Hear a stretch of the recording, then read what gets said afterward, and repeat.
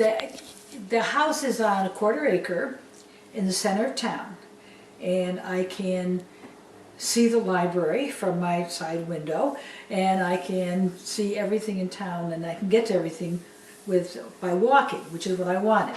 But the house needed a lot of work. But that was good because I had to gut it, and in gutting it, it allowed me to do over with the help of a very good restoration architect, a decorator who was a friend, a plumber who was a senior citizen, and I asked him to find out all the newest senior citizen stuff that would help me be able to function as I got older.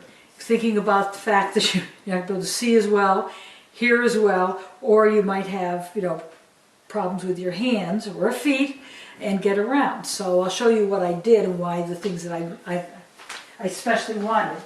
Number one was to have an attached secure garage, and also to have one that I didn't need to have stairs. There's only one stair that I have to come up in order to get into the house, and this is one thing you have to have everywhere.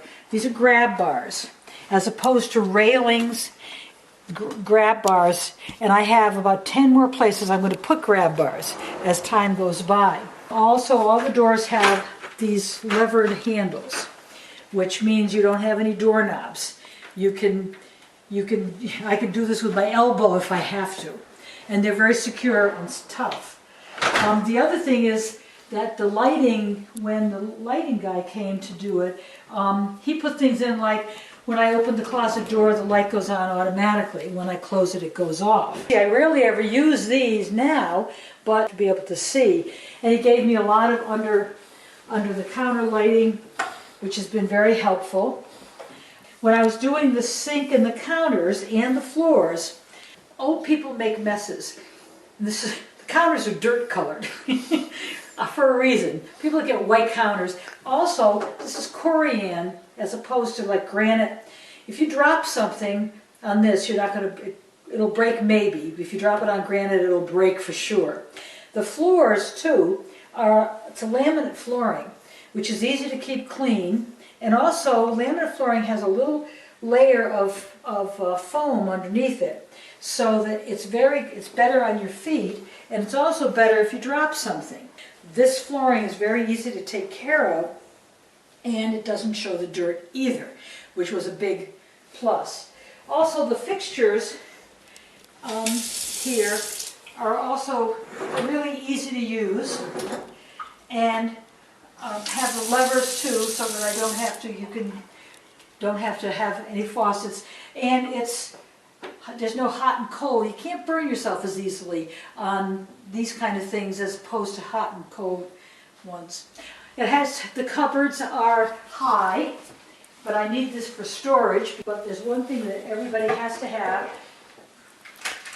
If you're a senior citizen, I use this to get my paper in the morning out in the snow, and I use it for getting up here. And also, my decorateur said make sure you put very lightweight things up in the top, because when you're pulling them down, you don't want them to fall and hurt you. And everything I need is at eye level, for sure. The other thing that I did was, that's an extra wide door for a wheelchair. And also, because there's only one step up, it's very easy to go up and down. Seniors shouldn't have glass doors on their showers. You can wheel the wheelchair right in, and right up to the level here, and then the seat is removable because I don't need it now. But when you put it in, it will take up you can move it. And then of course you also have to have this, which is the movable thing. It goes up and down, and you can adjust it 50 ways, which is wonderful, for sure too. The size of the lot is only a quarter acre. I donated a quarter acre to the town because I don't want a yard. Right now I mow the yard myself. But I don't have a lot of gardens because I know I'm not going to be able to take care of them. I have lots of daffodils. Lots of them. How important do you think it is for individuals or couples to discuss housing logistics as they age?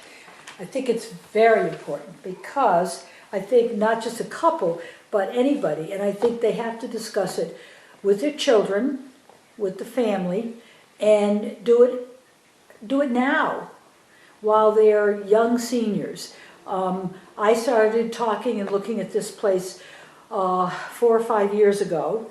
I knew I wanted to be in the center of town. I knew that I couldn't go to the senior housing. I talked to my son, who was very happy if I had moved, when there was a house for sale near him in West Hartford. But then I said, you know, once the grandchildren are grown, what am I going to do? So the idea was, how can you stay in the town where you've lived for 30, 40, 50 years and be comfortable and be on your own? And also I had to find some place that was reasonable. There were 2 houses for sale that would have been perfect. One's just around the corner, and actually that was ready to move into, but it was tied up with a mortgage and foreclosure. And this place, because I'm president of the Historical Society, I wanted to save this because it was going to be torn down. When I bought it, I knew it was going to be a lot of work, and I had a lot of help doing it, and I had a lot of good advice, as I said in the tour. I had a lot of good advice on lighting, fixtures. Not that I need any of these things now, but doing them now, when I do need them, they're in here already. It's not going to cost a fortune. It's not going to be inconvenient for anybody. I've got a lot of work I still want to do. I've got 10 places I'm going to put grab bars. I realized when I'm watching, I followed one of my old friends around, and I said, where do you think, where are you grabbing the sides of the, and so literally I did. I said, okay, I need one here. I've got one on this side. I need one on the other side. Where else do I need? When they were installing the bathtub in the guest bathroom, I put my 85-year-old friend in the tub. The guys were here, and I said, where are you looking to grab? And they were great because they laughed. They said, nobody's ever done that before. And the other thing I think is really important is to sit down and talk to your kids about your financial situation and what you're going to do. I have friends now who just have never talked to their kids. Their kids have no idea. If they popped off tomorrow, it would be a huge mess. And I just had this talk with a friend of mine. I said, you know something? We can't do this to our kids. We shouldn't. You're not going to lose control. You're going to still control everything, but they're going to know where everything is and what everything is and how much you have and how much you need and what are you going to, and maybe some better financial planning. Whoever's going to be your executor, and by now you should have an executor and a will and a living will and a power of attorney, make sure that all that is taken care of so that when something happens, that your kids are not left with a big mess that they don't know about, especially if you've made some, bad investments, or if you are going to run out of money at a certain point.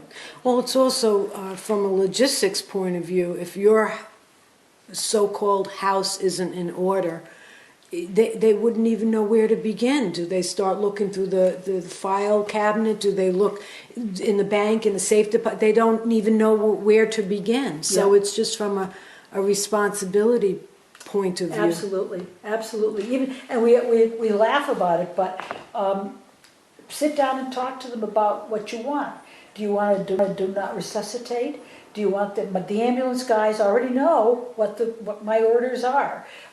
Woodbury, you wear a bracelet that tells the ambulance when you come. Out in front, I have a blue sign, which is reflecting, that tells the ambulance. Now, the ambulance, I can see the ambulance from here. So I'm a joke in town because I have one of the ambulance things on my mailbox. And they say, we don't even have to start the ambulance to come and take care of you. We know where you are. But I listen to the beeper, and I've heard them say, we don't know where this place is because it's a long driveway. A house burned down just recently because they couldn't find the driveway. They didn't know the number, and they could see the fire, but they couldn't figure out how to get into it. So and the fire department, the junior fire department, was selling these. And I kept saying to my friends who were seniors, get one, put it on your mailbox, because, when you call with your life alert or whatever, they got to find you. Yeah. And it's really important. All of these things are they're so easy to do now while you still got your marbles and you're still, functioning, and have it all ready. It's peace of mind for you, but it's peace of mind for your kids that they know what's what. Yeah. And when my son comes out here, or my daughter, and I'm lucky because they're close by, every once in a while he'll say something about, have you taken care of this, have you taken care of that, and we'll sit down and talk about it. And it's very important, and I've made it possible. Everything is in joint checking account so that he can take care of the funeral. Every once in a while I'll say, the funeral account, I had to pay something off, so it's down, so I better not die because we can't have the party, unless I have the funeral account.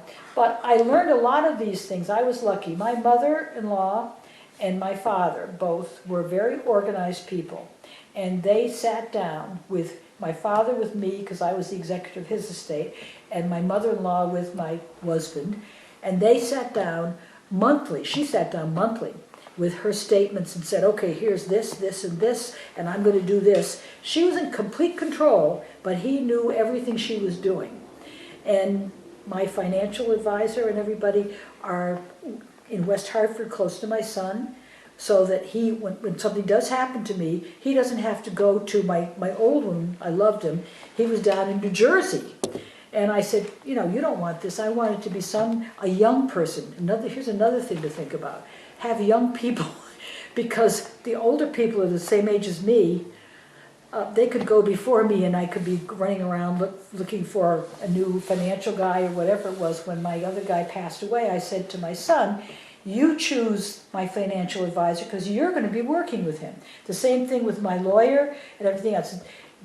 Have them be your friends, younger, who are going to be able to handle things and will know the latest things. My tax guy, I'll go to my tax guy next month, and my son will come with me. And so he can see exactly what Sal is advising me to do, because I can't remember sometimes. And this is the other thing, is making sure that having them go with you sometimes, because I'm still pretty good, but every once in a while I'll say, I can't remember what Sal said for me to do with my IRA or my 401k or whatever it is. So it's really good to have another set of ears at the doctor, the lawyer, and the financial advisor. Have a son or daughter go with you so that they know what you've been advised to do, and they can make sure you remember it, because you can't remember a lot of things. Well, those are fantastic tips. One more thing. Okay. Plan your funeral. Plan your funeral. Make sure it's got everything in there that you want, and it's yours. That should be yours. Your kids should not be doing any kind of adding or deleting if that's what you want, and go over it with them and say, this is what I'd like to have. If you want a mass with all the trimmings, then let your kids know that. And if you have somebody special you want to have talk at your funeral, do it. If you want to do something, and this is something that I saw in a movie, if you want to write your own eulogy to read at your funeral, go ahead and do it, because probably it's going to be more meaningful in a way. And people I know don't want to talk about it, but you don't know, and it's so much easier on everybody if you plan it and you talk about it, but especially about the do not resuscitate and who's going to make the decisions about what care you want and don't want. And I think that's I read an article in the Wall Street Journal that talked about the death cafe.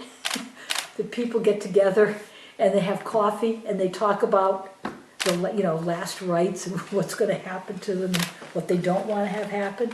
And I think it's very important.